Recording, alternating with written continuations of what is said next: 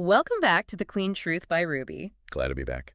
So I want you to imagine buying a gorgeous $2,000 cut of premium Wagyu beef, right?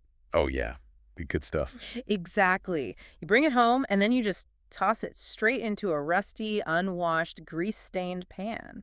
I mean, you'd never do that. It's basically a crime against the steak. Right. But if you haven't dismantled the group head of your espresso machine lately, that is essentially what you're doing to your morning coffee. Yeah, that is the harsh reality of home brewing. It really is.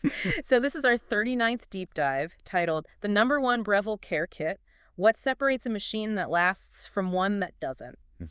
It's funny because you bring this beautiful, gleaming piece of engineering into your kitchen, and suddenly you're staring at a manual that reads like a commercial plumbing schematic. Yeah, it's intimidating. People get totally paralyzed. Exactly. They fear they're either doing too much and they might break something, or they're doing nothing and just silently ruining a massive investment. And that anxiety is exactly what we're tackling today.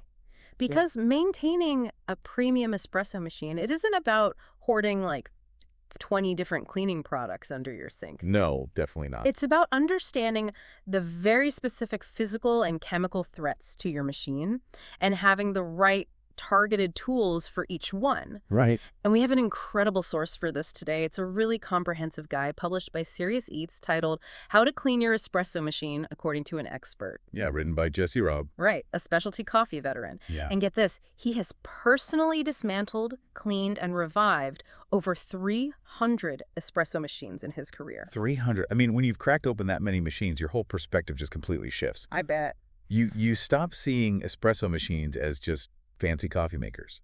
You start seeing them as these volatile, high-pressure ecosystems. Oh, wow. Ecosystems. Yeah, where extreme heat, acidic water, organic oils, and raw minerals are all just violently colliding every morning. Yeah. Jesse's guide is essentially a masterclass in managing the fallout of that ecosystem. Which is so needed. So our mission today is to explore those hidden mechanics. We're going to look past the shiny stainless steel, demystify the cleaning process, and reveal why a tailored care routine is the actual secret to a perfect shot. Let's do it. Let's start with what the guide calls the illusion of clean. You know, you look at your Breville, you wipe down the steam wand with a damp cloth, you empty the drip tray, and you think, great, I'm good to go. Yeah, and that's like judging the health of a car by how recently it went through the car wash. Right. It looks fine on the outside. Exactly. The real threats to your coffee's flavor and the machine's lifespan are completely invisible from the outside. You have to look at the internal plumbing that regularly touches the coffee, the water, and the milk. And the guide breaks this internal grime into 4 distinct categories, right? Yeah, 4 categories. And you have to understand them individually because they are entirely different enemies. They require completely different weapons. Here's where it gets really interesting. Because wiping the exterior but ignoring the coffee oils inside is like washing and waxing your car every week, but never changing the oil. It looks great right up until the engine seizes. Exactly. What's fascinating here is that the chemistry of these buildups dictates the care. You can't just scrub away mineral scale with a brush, and hot water alone won't dissolve baked-on rancid coffee oils. So let's break down those 4 categories. The first one feels the most obvious. Coffee residue and loose grounds. Yeah, just the physical debris. It clings to the group head screen and the rubber gaskets after you pull a shot. And if you just leave it there, the ambient heat of the machine just bakes it right onto the metal. But it's the second category where things start getting chemically complicated. Coffee oils. Right, because coffee beans are an agricultural product. They're loaded with natural fats and lipids. Exactly. When you blast those fats with 200-degree water at 9 bars of pressure, the oils vaporize and then they condense. They heavily coat all the internal metal surfaces. And just like leaving a pan coated in bacon grease sitting on your stove for a week, those coffee oils don't just sit there inertly, they change. They oxidize, they go incredibly rancid. Honestly, this is the #1 reason people suddenly hate their expensive beans. Oh, really? Yeah. If your espresso is tasting musty or astringent or unpleasantly bitter, and you haven't changed your grind size or your beans' rancid oils inside the group head, are almost always the culprit. Wow. And like we said, hot water alone will absolutely not dissolve baked-on lipids. A dry brush won't do it either. You need a chemical intervention. Which we will definitely get to. But let's touch on the third category really quick, milk residue. The guide emphasizes the steam wand, specifically those microscopic holes at the very tip. Right, because milk is just packed with complex proteins and sugars. And when you introduce superheated steam, Those proteins denature. If you don't immediately purge and wipe that wand, those proteins essentially turn into a highly resilient biological cement. biological cement, that sounds terrible. It is. It sets up inside those tiny holes and completely ruins your steam pressure. Okay, then we have the fourth category, which is arguably the most dangerous because it has nothing to do with coffee or milk. It's mineral scale. The silent killer of all water heating appliances. Scale is strictly a water problem. Think about how stalactites form in a cave. Right, just a slow accumulation of minerals. Exactly. When water sits inside your espresso machine's boiler at 200 degrees, the heat reduces the water's ability to hold on to dissolved minerals, like calcium and magnesium. So they just drop out of the water. Yeah, they precipitate out and form this hard, chalky, rock-like crust inside the water lines. And layer by layer, month by month, that crust just thickens. And because the water pathways inside a high-end machine are incredibly narrow to maintain that intense pressure, it doesn't take much for a stalactite of calcium to block a valve entirely. Not much at all. And like the guide points out, you can't treat a mineral rock problem with a lipid solvent. You can't treat baked-on milk proteins with a simple water rinse. Which brings us to the actual cleaning routine. The Serious Eats Guide draws a massive line between the daily routine and the weekly deep clean. Yeah, the daily routine is just baseline hygiene. Use a stiff nylon brush, scrub the group head screen immediately after you pull a shot, just to dislodge the physical grounds. And you empty the drip tray, which most Brevilles remind you to do with that handy little pop-up indicator. Wash it with soapy water, put it back. Right, but that's like sweeping the porch. The weekly routine is where we actually clean the house. Okay, let's unpack this. Because the weekly routine is centered around a process called backflushing. Now, taking a screwdriver to my expensive Breville machine and pulling apart metal screens sounds terrifying for the average home brewer. Is this really necessary? If we connect this to the bigger picture, it is absolutely necessary. It's actually about protecting the internal mechanics. Okay, how so? The guide mentions checking your manual first because some entry-level machines literally can't be backflushed, right? Correct. But if you have a premium machine, it's mandatory. It relies entirely on something called a three-way solenoid valve. Right, the solenoid valve. What exactly is that? Well, if you've ever used a cheap $50 espresso maker, you know that when you turn the pump off, coffee just keeps dripping out for another 10 seconds. Yeah, it leaves a watery, muddy mess in the portafilter. Exactly, because the pressure has nowhere else to go. But premium machines use a three-way solenoid valve. When you stop pulling a shot, this valve instantly clicks open. And it redirects all that built-up pressure and excess water backwards. Yes, backwards, away from the coffee, and dumps it straight down into your drip tray. That's what gives you that nice, dry puck of coffee you can just knock right out into the trash. Okay. So backflushing is essentially hijacking that pressure release system for cleaning purposes. It's like holding your thumb firmly over the end of a running garden hose. That's the perfect way to visualize it, yeah. The water pressure builds up behind your thumb, and it desperately needs somewhere to escape. So to backflush, you insert a blank basket into your portafilter, the one with absolutely no holes in the bottom. Right. You drop in a specialized alkaline detergent, lock it into the machine, and turn the pump on for 5 seconds. And the machine forces hot water into that blank basket. The detergent dissolves, but the water has nowhere to go. Exactly. The pressure hits 9 bars. Then you turn the pump off. The solenoid valve clicks, and all that super pressurized, chemically charged water is violently forced backward through the internal piping. Blasting away all those rancid coffee oils in areas you could never reach with a brush. Precisely. The guide recommends a specific cadence for this. 5 seconds on, 5 seconds off, repeated 4 times. And then soaking the metal portafilter components in boiling water and detergent for 20 minutes. But there's a physical step here before you do any of that, right? Yes. Jesse Robb insists you have to take a screwdriver and physically unscrew the metal shower screen from the group head. Which, again, taking hand tools to a $1,000 appliance feels like a recipe for avoiding a warranty.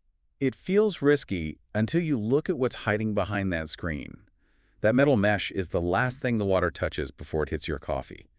It is ground zero for baked-on oils and sludge. So if you just run a backflush cycle without removing that screen? You are essentially trying to clean a heavily soiled carpet by pouring soapy water on top of a plastic tarp. The detergent just can't get to the root of the buildup. Wow, okay, so unscrewing that screen and soaking it separately is the only way to expose that rancid accumulation. The only way. And trying to pry open these pressurized environments with improper gear isn't just ineffective, it's dangerous to the machine. Which brings us perfectly to the tools. Because an effective kit isn't defined by having a mountain of supplies, it's defined by intentionality. Does the tool address one of the specific buildups we just mapped out? Right, and Jesse Robb highlights highly specific tools for very precise geographical and chemical reasons. Let's take the group head brush. You can't just repurpose an old toothbrush, right? Definitely not. He recommends something modeled after the Palo Coffee tool. It requires extremely stiff nylon bristles that won't melt when scrubbing metal that's sitting at 200 degrees. Makes sense, and it needs an angled neck. Yeah, if you use a straight brush, your knuckles will instantly press against the scalding hot metal of the group head. Ouch. Exactly. Plus, it features a thin, precision-gauge metal rod embedded in the handle, specifically sized to clear out those microscopic holes in the steam wand we talked about. So it's a multi-tool engineered for the exact anatomy of the appliance. Then there is the screwdriver.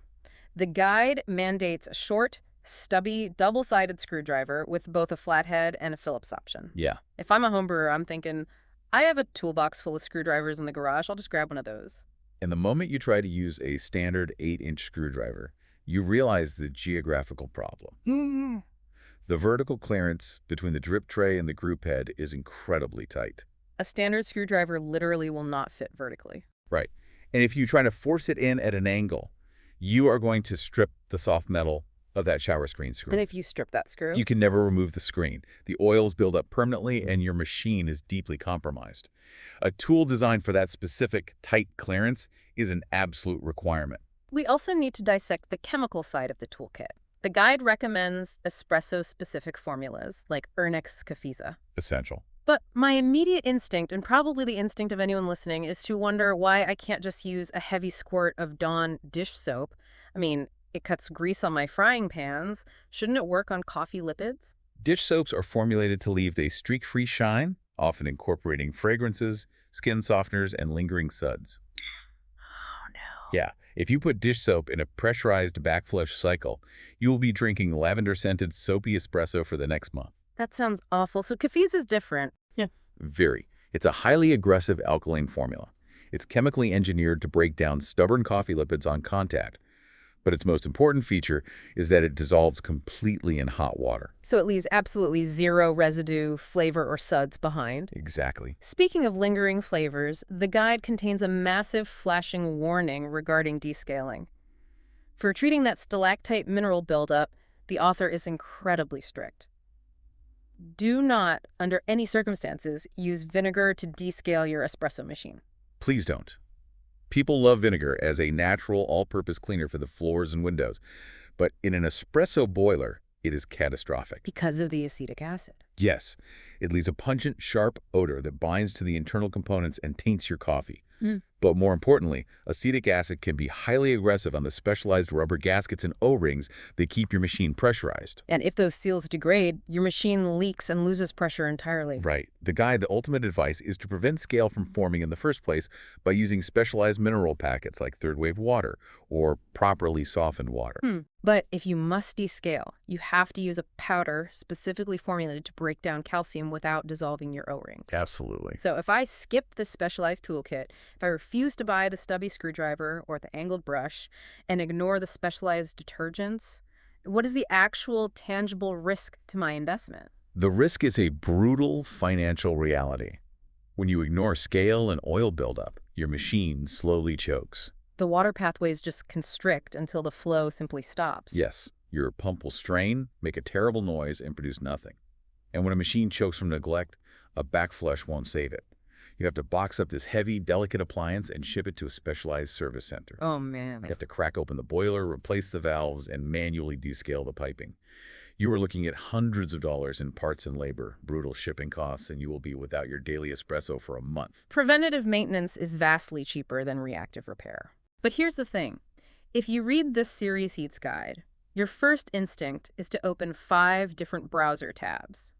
You're searching one site for a stubby screwdriver, checking Amazon for kefisa, finding a specialty coffee shop for a blank basket, hunting down a palo brush. Yeah, paying shipping from multiple vendors. Exactly. But And guessing if the screwdriver handle is actually short enough to clear your specific drip tray, it's a complete logistical nightmare. this raises an important question about behavioral habits. Human behavior is predictable. When we encounter that much friction just to gather the supplies, we simply put off the chore. We say we'll do it next month. Right, and by the time we actually assemble the tools, the coffee has tasted burnt and bitter for weeks. That friction is exactly why understanding the science naturally leads to why an all-in-one kit makes so much more sense. This is where the Roobi Super Kit for Breville completely changes the dynamic. Yeah, it really does. It basically takes the entire Serious Eats philosophy of intentional specific maintenance and engineers it into one streamlined package. Because now you understand why you need a stubby screwdriver to avoid stripping the screw. You know why you need targeted, espresso-specific detergents to break down lipids without leaving soapy flavors. And you understand the necessity of an angled bristle brush to protect your hands. Right. The Roobi kit just eliminates the browser tabs and the guesswork by combining all these tailored solutions designed specifically for the anatomy of a Breville machine. It shifts the entire psychology of machine care. When all the precise tools you need are curated and sitting right next to your machine, the friction vanishes. Maintenance stops being a disjointed, frustrating chore that you dread. Exactly. It becomes a streamlined, highly satisfying ritual. And it reinforces the concept of an investment mindset. Buying a premium espresso machine is a massive financial commitment, but it's fundamentally a lifestyle investment. You bought it to elevate your mornings. Yeah, taking care of that investment requires honoring the raw ingredients. You wouldn't buy expensive, locally roasted coffee beans only to run them through a machine packed with rancid oils and calcified rock. The machine is just the vessel. If the vessel is compromised, the final product is compromised, regardless of the beans you buy. Think about your absolute favorite local coffee shop. The place where the espresso always tastes vibrant, perfectly balanced, and sweet. Oh, yeah. The secret to their incredible coffee isn't just their $10,000 commercial grinders or their highly trained baristas. It is the invisible, relentless, non-negotiable cleaning ritual they execute every single night when the doors lock. They tear down the group heads, aggressively brush the screens, back flush with potent chemicals. They do it because they understand the chemistry of stale coffee oils. Ah, And they know it is the only physical way to guarantee the quality of the first shot they pull the next morning. how much better could your morning shot taste tomorrow if you treated your home machine with that exact same level of respect today? Wiping the outside of your stainless steel machine is nothing but an illusion of clean. Real functional maintenance requires targeting the invisible enemies inside the boiler and the group head. It's game-changing once you do. Let's break down what your espresso machine actually needs and what separates a complete care routine from a quick clean.